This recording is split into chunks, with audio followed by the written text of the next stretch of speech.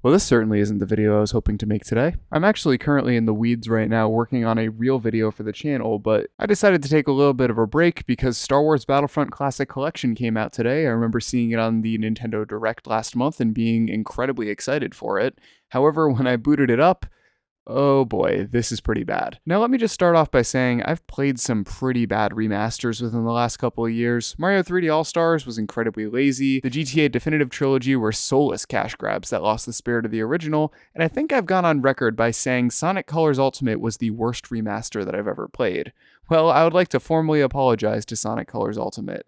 Star Wars Battlefront Classic Collection straight up doesn't work. The gameplay you're seeing right now was not cherry-picked out of hours of gameplay. This happened in every single match that I have played, and that was if I was even lucky enough to get an online game in the first place, considering the fact that these servers were constantly timing out after about a minute of searching. And that's even if I could get the servers to load, because half the time, they just wouldn't show up and I would be met with empty black boxes where the servers should have been. I played 2 games of Hero Assault, a couple games of Conquest, and Space Conquest, and every single one of them was riddled with glitches and collision issues. I got stuck inside of multiple spaceships, making me both invincible and also unable to shoot out of them.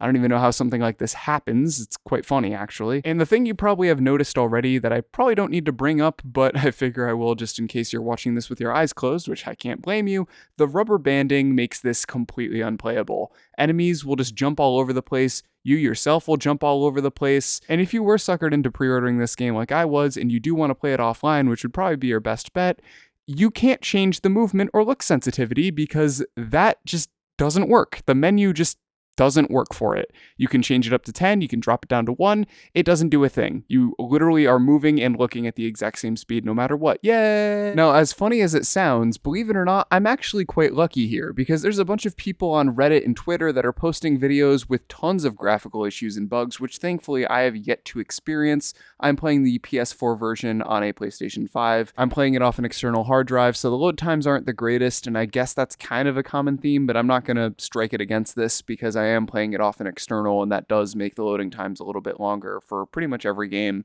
So I'm not holding it against Battlefront here, but just something I thought I'd mention. And before anyone asks, yes, the developer and publisher of this pack has already gone on social media to damage control and say that they are looking to fix the online issues, but they have yet to mention any of the single-player bugs, such as the fact that the menus just straight up don't do anything, and some of them don't load. I've also heard that it is missing a fair amount of cutscenes from the Battlefront 2 campaign.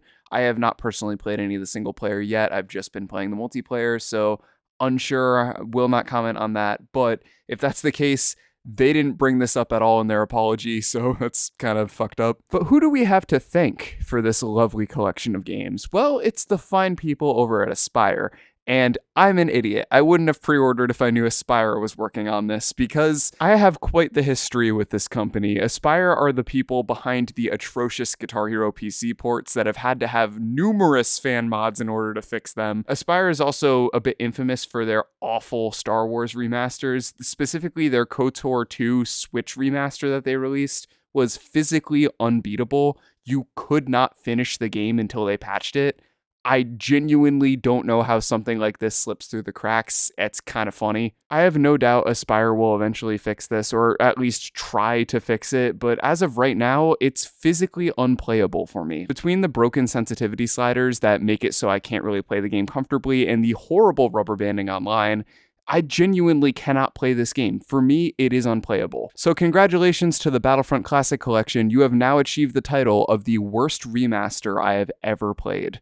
Anyways, I wasn't trying to make a super bummer video. I genuinely was excited for this, and I was a bit heartbroken when it turned out to be as bad as it was. Anyway, like I said in the beginning, a real video is in the works. It's pretty much almost done, so I will upload that within the next week or two so you guys can have actual content from me. I wasn't planning on making this video, hence it's very unscripted, very obviously, and I was just heartbroken at how bad this turned out. But hopefully you guys can find some entertainment in my heartbreak here, and until next time, guys, peace out and take care.